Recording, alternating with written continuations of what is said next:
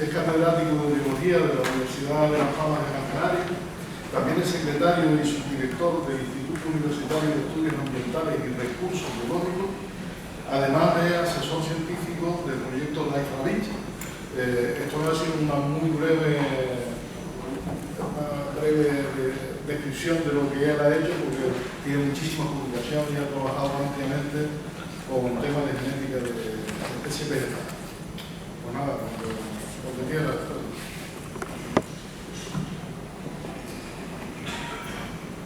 Bueno, buenos días.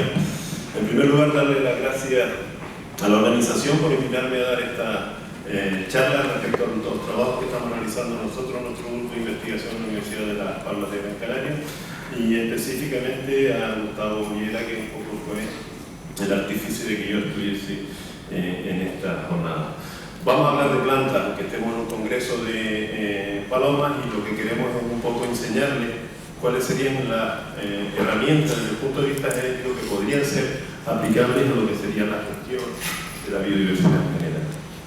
Hoy todos sabemos que las islas son áreas geográficas en que, siendo tan reducidas como un 5% de lo que es la superficie mundial, albergan una gran cantidad de biodiversidad, entre otros, y a nivel mundial el 35% de la biodiversidad se encuentra situada en islas.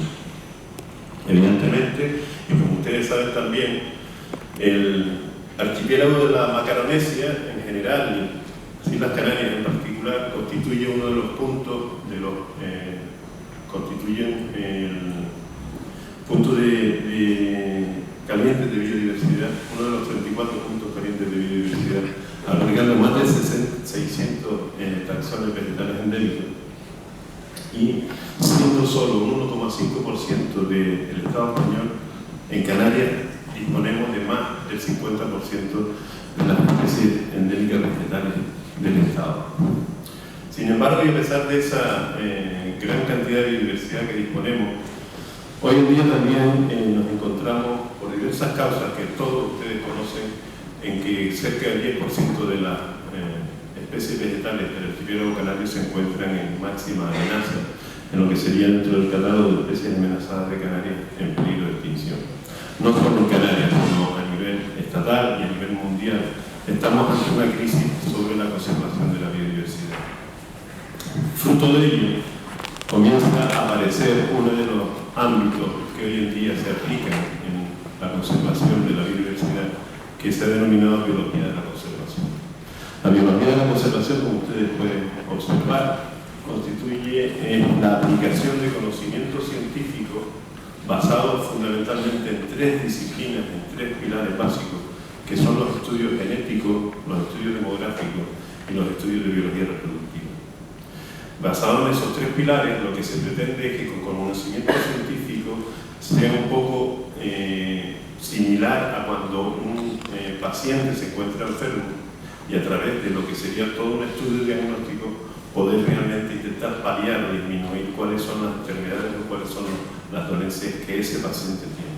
De la misma manera, nosotros lo que se pretende con la biología de la conservación es aplicar esas distintas disciplinas, como les estoy comentando fundamentalmente, y repito, desde el punto de vista genético, desde el punto de vista reproductivo y demográfico, a lo que son las plantas. Desde el punto de vista de la diversidad genética, bueno, pues la diversidad genética es realmente importante en lo que es la biología de la conservación en general y en los seres vivos y en la biodiversidad en particular.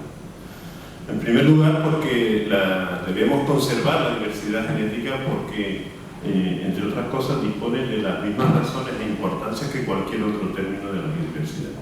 Es decir, en un momento determinado, si lo que pretendemos es conservar determinadas especies, pues lo que nosotros deberemos también es conservar determinados genes. Y si no, que se lo digan a Richard Dawkins, que cuando escribió su gran libro, Gen Egoísta, lo que en otras cosas plantea es que nosotros, los seres vivos, somos simples instrumentos de transporte de los genes, y son realmente los genes los que nos controlan. Además, la diversidad genética es verdaderamente la materia prima de la evolución biológica. Es la que va a dar oportunidad a la especie a que evolucione. Y de hecho, las diferencias entre las especies precisamente radican que somos y tenemos genes distintos. Es decir, que nosotros no somos verdes porque no tenemos los genes que codifican las proteínas que hacen que tengamos fotosíntesis. y por lo tanto la diferencia entre los distintos seres vivos radica precisamente en los genes que nosotros disponemos. Además, también tenemos y sabemos que la diferente supervivencia que pueda tener una determinada especie se basa precisamente en la variabilidad genética. Teodoro Osamsky, que era un gran genético, uno de los grandes padres de la genética de poblaciones, comentaba que nada tenía sentido en la biología si no era la luz de la evolución. Y nosotros podíamos transformar esa frase y decir, nada tiene sentido en la evolución si no es a la luz de la diversidad genética que puedan tener las distintas especies. Por último, una escasa variabilidad genética en ningún caso, con toda seguridad, debe tener repercusiones positivas, sino que nos lo digan con respecto a los recortes, que lo único que nos han generado es, por supuesto, un gran cabreo, además de que no se ha servido absolutamente para nada. Nosotros podemos acercarnos a lo que es la diversidad genética a través de distintas formas y distintas medios. Uno de ellos es lo que se llaman marcadores moleculares. No podemos ver directamente los genes, y lo que nosotros utilizamos son marcadores que nos permitan en un momento dado acercarnos y ver precisamente esas actuaciones que tienen los genes. Por eso decimos que los marcadores moleculares son moléculas fácilmente detectables. Nosotros a través de un laboratorio podemos detectar esas moléculas y nos van a permitir identificar un proceso biológico. Si esas moléculas nos permiten identificar un proceso biológico, podemos entonces tener un marcador molecular y trabajar con él. Hoy en día les aseguro que yo, incluso estando dentro de lo que es el área de la genética molecular hoy en día está avanzando a unos pasos tan agigantados que muchas veces nos quedamos atrás por los avances tan tremendamente rápidos que se están generando en estos momentos respecto a los marcadores moleculares. Lo que les voy a comentar aquí es, de alguna forma, algunos resultados que puedan servir, resultados de estudios científicos dentro de lo que era la biología de la conservación, específicamente dentro de lo que es la conservación genética, aplicado a 3 casos particulares. 3 especies vegetales que se encuentran amenazadas y que se localizan en el archipiélago canario.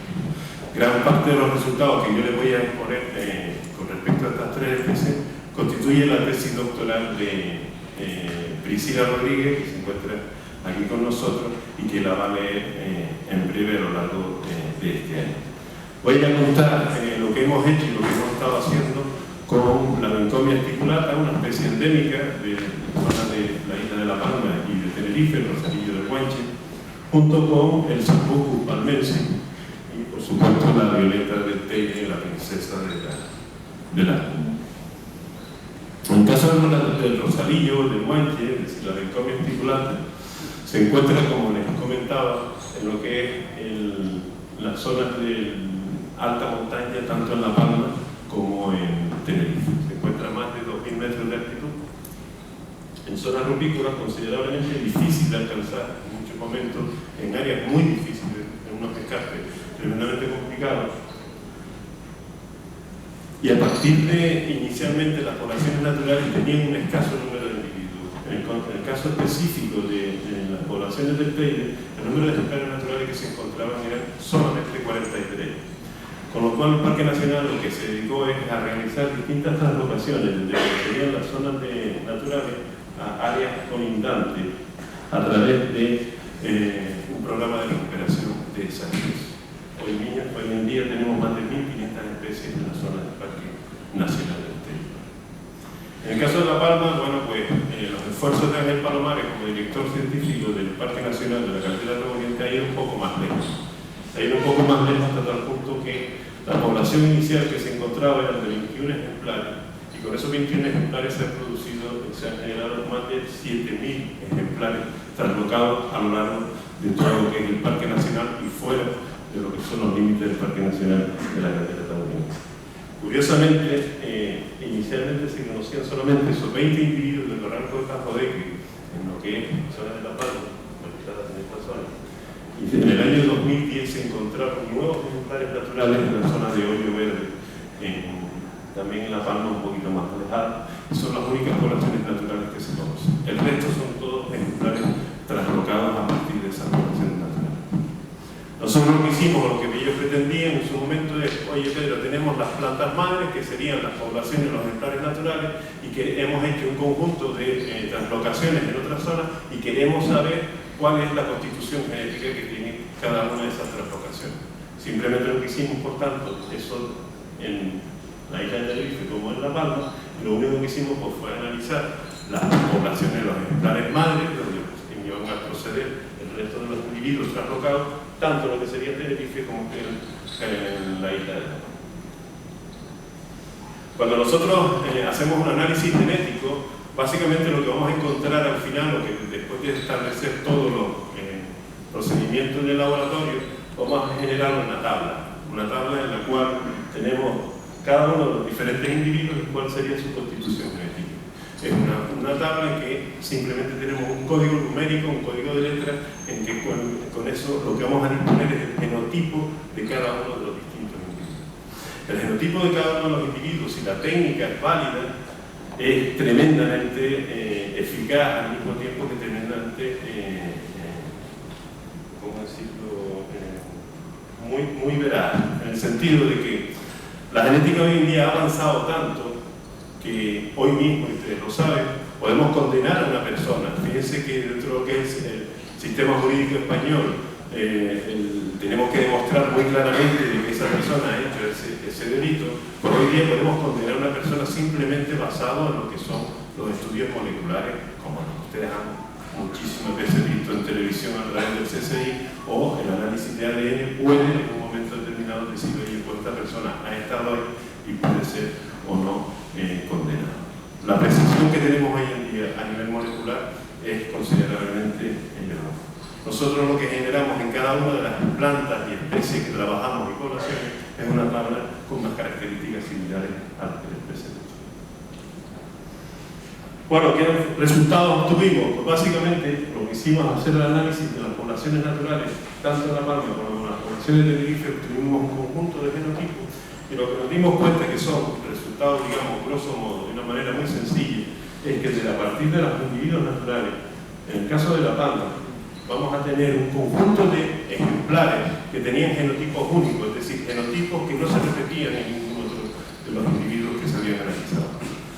En el caso de La Palma, además, el número de ejemplares, el número de la variación genética que obteníamos en las poblaciones repobladas fue muy superior a la que encontramos en las poblaciones genéticas. Es decir, que lo que nosotros hemos encontrado es que las poblaciones, mientras que las poblaciones de la isla de La Palma, a partir de los ejemplares naturales, tuvimos una presencia incluso superior de diversidad genética en las poblaciones translocadas de las que encontramos en Tenerife, que lo que se había producido era un cuello de botella. Es decir, en el caso de Tenerife lo que había sucedido es que a partir de la población natural había una reducción considerable, en torno al 33% de la variabilidad. Cosa que no sucedía en el caso de La Palma.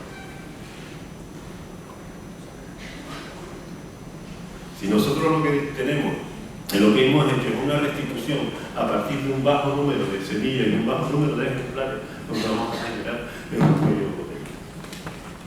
Un cuello de botella que significa o que es consecuencia precisamente de una reducción de los tamaños poblacionales. Sin un cuello de botella, si nosotros empezamos a generar nuevos ejemplares a partir de un número reducido de individuos, lo que vamos a dar lugar es a la pérdida de individuos que son reproductivos. Esa pérdida de individuos que son reproductivos lo que va a hacer es incrementar las cruces entre ejemplares que están emparentados y por lo tanto aumentar lo que se llama la endogamia y por tanto generar una progenie que es homocigótica.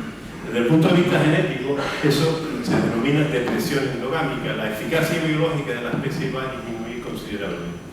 Y lo que puede dar lugar es precisamente a la generación de una espiral de extinción que lo único que va a producir es al final una extinción local. Y eso es lo que podría haberse dado en el caso de Tenerife. En el caso de La Palma, lo que nos sucedió fue lo contrario. En el caso de La Palma, a partir de ejemplares que eran naturales, lo que se obtuvo fue una variabilidad genética superior. Y no teníamos explicaciones de por qué podíamos obtener una variabilidad genética superior en el caso de las poblaciones traslocadas de La Palma. E incluso fue porque, además, una de las cosas que nos sorprendió es que a partir de las poblaciones naturales que teníamos en La Palma, aparecieron determinados alelos de los individuos restituidos que no se encontraban en las plantas madres. Y las leyes de Mendel se cumplen y existen. Entonces, ¿qué es lo que estaba sucediendo? ¿Cómo es que de pronto aparecen alelos nuevos en poblaciones, ejemplares restituidos de lo que se suponía que eran ejemplares malos? Estuvimos y repetimos estos ensayos 4 veces. Fue una pelea que tuvimos dentro de nuestro laboratorio porque había algo malo. Es decir, las leyes de si papá se casa con mamá y hace A y B, el resultado evidentemente tiene que ser AB. Pero no, aparecían alelos nuevos en las poblaciones. Cuando fuimos a la prueba con estos resultados, nos sentamos con el director del Parque Nacional y dijimos, mira, tenemos esto. Es verdad que todo lo demás se cumple, pero hemos tenido un conjunto de alelos que no están en las poblaciones de las cuales se supone que ustedes han hecho las restituciones y no tenemos explicación para ello. Bueno, pues al final nos alegramos todos cuando el propio Ángel Palomares nos dijo, claro, muchachos, eso es que teníamos ahí una de las plantas madres que teníamos, se había muerto, y entonces las restituciones, se habían hecho restituciones con esa planta madre que se había muerto, y nosotros lo que estábamos detectando eran los alelos de esa madre que en su momento se había muerto. Con lo cual estábamos recuperando variabilidad genética. Bueno, aquello fue una auténtica sorpresa, nos quedamos contentos. Oh, es verdad, la ciencia existe, es cierto que las leyes se cumplen. Y entonces ganamos muchos enteros cuando al final, evidentemente, pudimos demostrar de que no solo estábamos estableciendo cuáles son las conexiones que existían entre ellos, sino que incluso estábamos recuperando biodiversidad. De manera similar hicimos algo parecido con el Sambucus palmensis. El sambucus es una especie que también se encuentra fuertemente amenazada y que se localiza en la isla de Gran Canaria, Tenerife, La Gomera y La Palma. En este caso, la procedencia que nosotros teníamos, el Parque Nacional de Garajonay, lo que había hecho era haber plantado una gran cantidad de ejemplares a lo largo de todo el Parque Nacional, pero sin conocer la procedencia de esos individuos. No sabían cuáles, muchos sí sabían cuáles eran naturales, pero en otros casos no se sabía de dónde procedían y cuáles eran las posibles madres. Además teníamos un hándicap de que la especie, el Sambucus, también crece y se reproduce muy bien por esquejes, con lo cual íbamos a tener ejemplares clónicos. Nosotros lo que hicimos, no sé por qué no aparece el mapa de distribución, porque debería estar ahí. Nosotros lo que hicimos fue estudiar 400 ejemplares de 15 áreas a lo largo de donde estaba distribuido en el Sambucus palmensis con un genotipado basado en 7 microsatélites. En este caso, la tabla que nosotros obtenemos es la que les presento ahí, y por explicarles lo que nosotros pretendemos, por un lado, es detectar la existencia de clones, es decir, detectar ejemplares que son genéticamente idénticos y por lo tanto proceden de esquejes, cómo detectar qué ejemplares y qué individuos poseen genotipos únicos, genotipos que no se repiten en la población y que pueden ser muy importantes a la hora de la recuperación de la biodiversidad genética, que es de lo que se trata.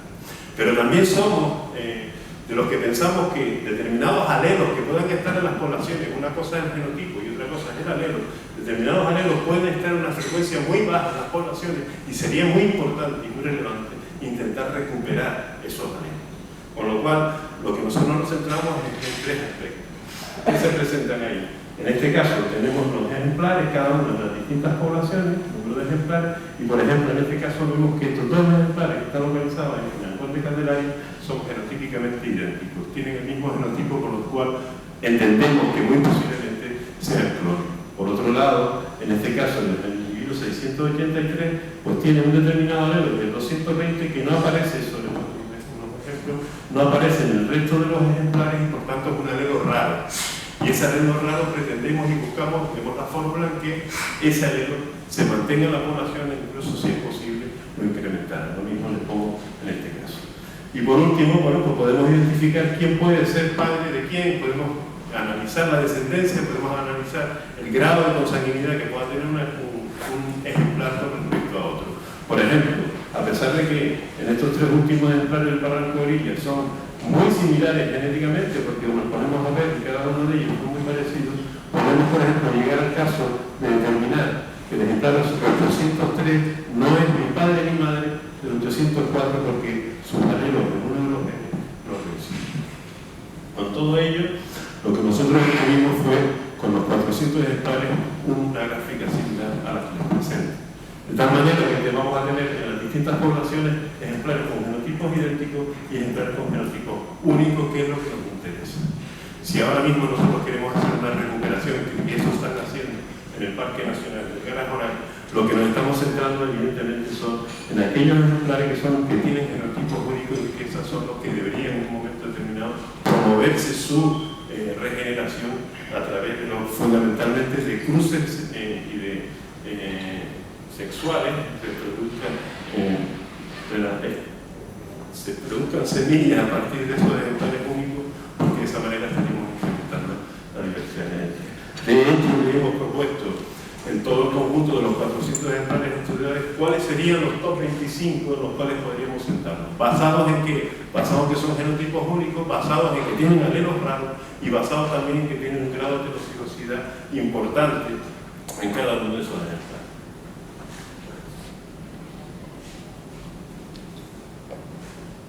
Me preocupa, por ejemplo, la noticia que salió, pues curiosamente el lunes, respecto a esta misma especie en Gran Canaria. Y aunque conozco y la labor que es magnífica y extraordinaria que están realizando en la finca de Osorio, en el semillero de Osorio, y no estoy criticando en absoluto la labor que realiza ella, esta chica del antes Aiza, como se llamaba, es una labor extraordinaria en Osorio, pero sí me preocupa que precisamente nosotros tenemos las técnicas de análisis genético, nosotros podemos contribuir a que se pueda hacer una labor diferente a la que se está haciendo. Sí me preocupa que en un momento determinado de 2 ejemplares del sauco de Gran Canaria vayan, como dice ahí, a plantar en la isla en los últimos 3 años 1.500 individuos. Eso desde el punto de vista genético es una aberración, porque desde el punto de vista genético lo que estamos generando es endogamia. Desde el punto de vista genético estamos, de Adán y Eva, estamos dando lugar a que todos los saucos sean exactamente o genéticamente parecidos unos a otros. Por último, no sé por qué no aparece en la fotografía. Por último, el caso de la Violeta del Teide, la princesa de las cumbres de nuestra isla, pues lo que nosotros pretendíamos es también realizar un estudio genético a través del Parque Nacional del Teide, en el cual, pues, es una especie, como ustedes saben perfectamente, que se distribuye en todo lo que es la zona del estratovolcán del Parque Nacional del Teide, en distintas poblaciones. Este sería el Pino del Teide, se distribuye la especie que más crece, que más alta crece en España, y entonces se distribuye no solo en la zona del Teide, sino también en lo que serían en las montañas, en los altos de Guajara y Pasajirón, que es los montes y el muro que circunscribe el circo de las Cañadas. Los objetivos que teníamos en este caso era, pues, conocer cuál era la diversidad genética de la Violeta del Teide en sus distintas poblaciones, al mismo tiempo que conocer lo que sería el nivel de autogamia y la biología reproductiva que puede tener esa especie. Nosotros podemos determinarlo a partir de establecer el genotipo y saber cuáles son los distintos descendientes que puede tener cada uno de las ejemplares totales.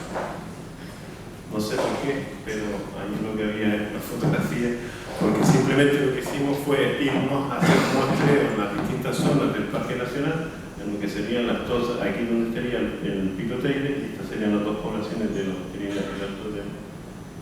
Y nos fuimos arriba a Guajara y al Pico del Teide a buscar las muestras. Desde aquí les digo que uno de los sitios más espectaculares que existen en Gran Canaria, iba a decir. A veces pasa lo contrario, no, o sea, realmente pasa lo contrario. Uno de los sitios más espectaculares que tenemos en Canarias, no solo el subir al Pico del Teide, que todos sabemos que es maravilloso, sino también, si algo les aconsejo, es que vayan al Pico de los Altos de Guajara, que es la segunda montaña más alta de Canarias, tiene 2.718 metros, y desde ahí, como dicen muchos, lo que se ve es como el balcón del Teide y las vistas son espectaculares. Me encanta mi trabajo.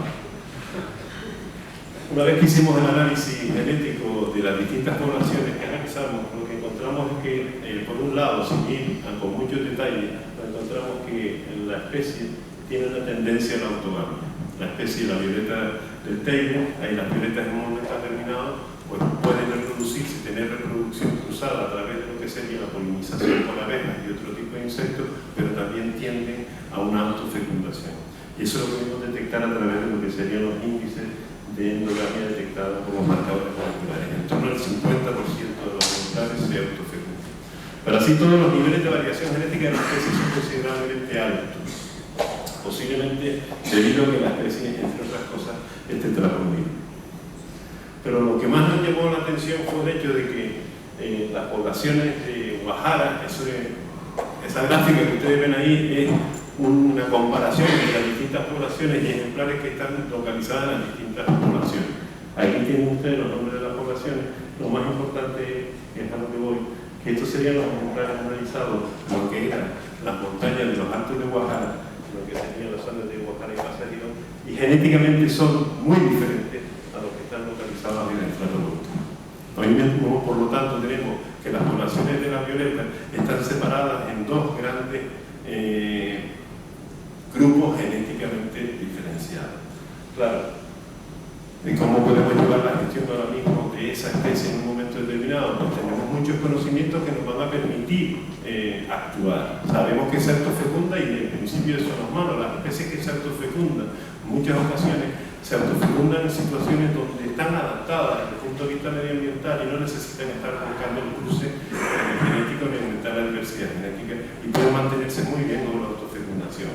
Por eso uno de los resultados que nos va a permitir en un momento dado lo que es innecesario realizar cruces entre ejemplares. En segundo lugar, pues lo que no se debe hacer es mezclar las poblaciones que se encuentran localizadas en Pasajirón y en las poblaciones de Guajara con las que están en el estratovolcán, porque genéticamente en principio son completamente distintos. Y entre otras cosas, el Parque Nacional del Teide se está planteando incrementar la superficie del parque precisamente en la zona de los Altos de Guajara. Como consecuencia, o uno de los argumentos es la existencia de esas poblaciones de la violeta del Teide en esa zona y esas poblaciones que son genéticamente distintas. ¿Cuáles son las perspectivas desde el punto de vista de la conservación genética? Somos capaces o podemos en un momento determinado hoy en día contribuir mucho a la conservación de la biodiversidad, en este caso a la conservación de los vegetales, pero lo mismo sucede en la conservación de animales, por supuesto. Podemos trabajar desde el punto de vista de minimizar la endogamia, identificar poblaciones específicas en lo que serían distintos procesos e incluso resolver incertidumbres taxonómicas desde el punto de vista genético, que también se está haciendo como contribución a la conservación de la biodiversidad. En cualquier caso, la genética o la conservación genética, como les comentaba al principio, constituye uno solo de los pilares en los cuales se basa la biología de la conservación. No podemos basarnos, evidentemente, en la gestión y la toma de decisiones a través de una sola disciplina, porque un poco estaríamos como la fábula del elefante y los hombres ciegos. Eran 6 hombres ciegos que antes de morir querían saber lo que era un elefante. Entonces cada uno de ellos fue a una parte del elefante y uno de ellos dijo, el elefante es como una cuerda, porque en realidad lo que estaba tocando era la cola del elefante. El otro que estaba al lado dijo, tú estás como una baifa, muchacho, sino que el elefante en realidad es como una pared, porque lo que estaba tocando era el lomo del elefante. El que estaba tocando las patas del elefante decía, ustedes están como, pero vamos, no saben lo que es un elefante, el elefante es como un árbol, porque lo estoy yo persiguiendo perfectamente, porque lo que estaba haciendo era tocando las patas del elefante. Evidentemente el que tocaba las orejas decía que el elefante era como un abanico, el que te estaba tocando la trompa comentaba que era una serpiente, mientras que el que estaba tocando los colmillos decían que era una lanza. Obviamente todos tenían razón, pero ninguno las tenía, porque evidentemente la conservación no se puede basar solamente en la decisión que pueda o la percepción que podamos tener de una sola disciplina. La conservación debe, entre otras cosas, haber muchas, no solo interdisciplinar desde el punto de vista científico, sino sobre todo interdisciplinar desde el punto de vista de la institución. Siempre he defendido, siempre la puerta de la Universidad de Las Palmas y por lo menos nuestro laboratorio y nuestro grupo de investigación ha estado intentando contribuir desde lo que nosotros podamos ver desde nuestro conocimiento a lo que sería la gestión de nuestro territorio y de nuestra biodiversidad. Quien me conoce lo sabe. Siempre digo la frase de que la atomización de competencias es lo que nos está haciendo unos auténticos incompetentes. Y más en Canarias, donde tenemos cada uno de nuestros territorios fragmentados. Evidentemente, si no contribuimos desde las distintas instituciones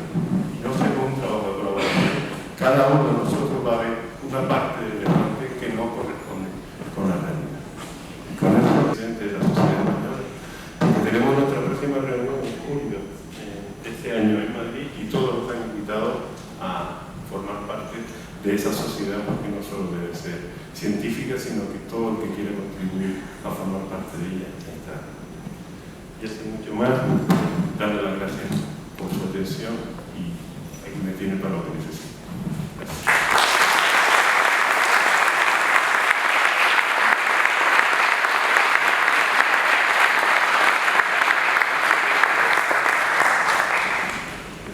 Bueno, pues muchas gracias, Pedro. Y